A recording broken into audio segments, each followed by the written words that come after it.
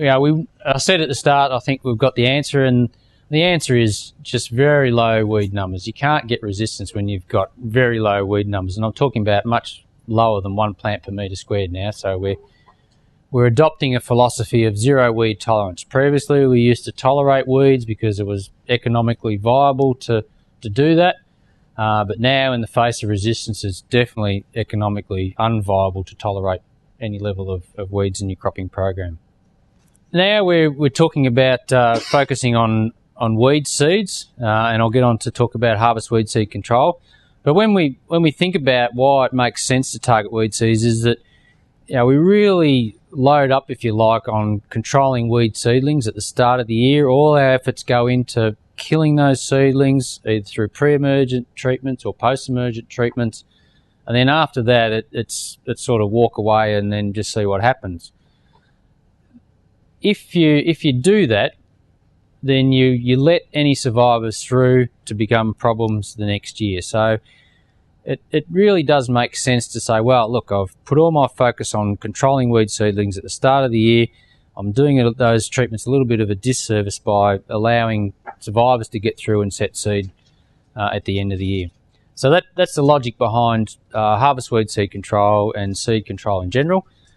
The thing that really helps us out is that most of our annual weed species, ryegrass, radish, wild oats, brome grass, etc., they all have relatively short seed bank lives, particularly in our reduced tillage systems. The turnover in the seed bank is much quicker these days. Pasture topping, crop topping, you guys I'm sure are very familiar with the use of those treatments. They work. They've got their positives and negatives associated with them, as all weed control practices do.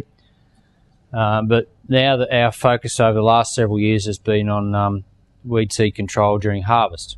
Another biological trait of these species that really helps us out is seed retention at crop maturity. For all these species, there are quite high proportions of seed retention at crop maturity which assist in developing harvest weed seed control techniques. All right, so here are some numbers to support those statements. This is average results from 12 locations across the WA wheat belt. From the locations were spread from north of Geraldton right down to just north of Albany.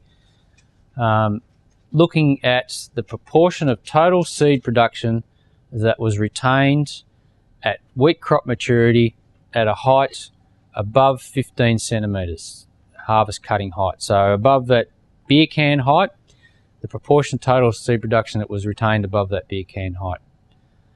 So on average, across WA at the start of wheat harvest, 90% around about of annual ryegrass was retained and would potentially be collected at a beer can harvest cutting height. For wild radish, it's almost 100%. For brome grass, about 3/4 of the seed is above that height. The surprising one was wild oats. Everybody has said, and a lot still tell us, that no, by the time you get to harvest, there's no wild oat seed retention.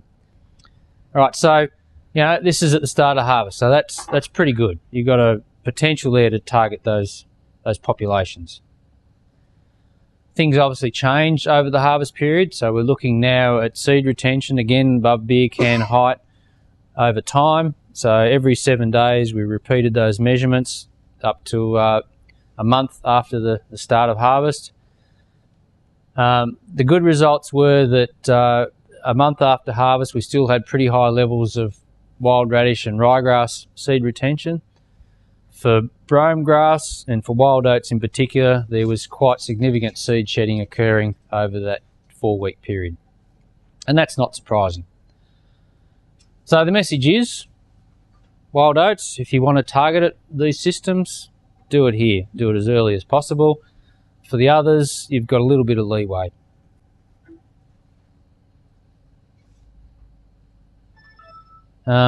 Some results from the northern region. So this is from southern Queensland, northern New South Wales. These were the species that we found in fields or in paddocks at wheat crop maturity. So that's the proportion of mature plants. The proportion of paddocks that these species occurred in, and these were the frequency of plants in those paddocks that were actually maturing at wheat crop harvest. So that was for wheat. This is for chickpeas, and this is the potential seed production from these species. And as you can see, for some of them, it's enormous. Okay, so this one is about harvest cutting height. So I've set this graph up so we've got harvest cutting height on this axis here, and then the proportion of total seed production that's been collected along the x-axis. And the story is that as a rule, the lower you drop the header front, the more ryegrass seed you're going to collect. But again, as these results clearly show, there is some significant variation around that theme. In 2011, at 40 centimetres, you're still collecting around about 60% of total seed production.